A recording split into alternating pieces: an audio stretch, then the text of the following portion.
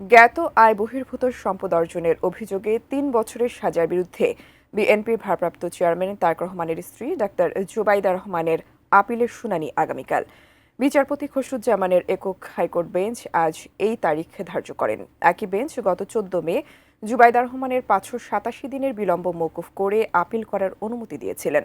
দুর্নীতির এই মামলায় ২০২৩ সালের ২ আগস্ট বিএনপির ভারপ্রাপ্ত চেয়ারম্যান তারেক রহমানকে ৯ এবং তার স্ত্রী ডাক্তার জুবাইদা রহমানকে ৩ বছরের কারাদণ্ড দেন ঢাকা মহানগরের জ্যেষ্ঠ বিশেষ জজ মোহাম্মদ আসাদুজ্জামান। একই সঙ্গে আদালত তারেক রহমানের জ্ঞাত আয় বহির্ভূত প্রায় ২,৭৫,০০,০০০ টাকার সম্পদ রাষ্ট্রের অনুকূলে বাজেয়াপ্ত করার আদেশ দিয়েছিলেন। এছাড়া তারেক রহমানকে ৩ কোটি ও জুবাইদা রহমানকে ৩৫ লাখ টাকা অর্থদণ্ড দেন বিচারিক আদালত।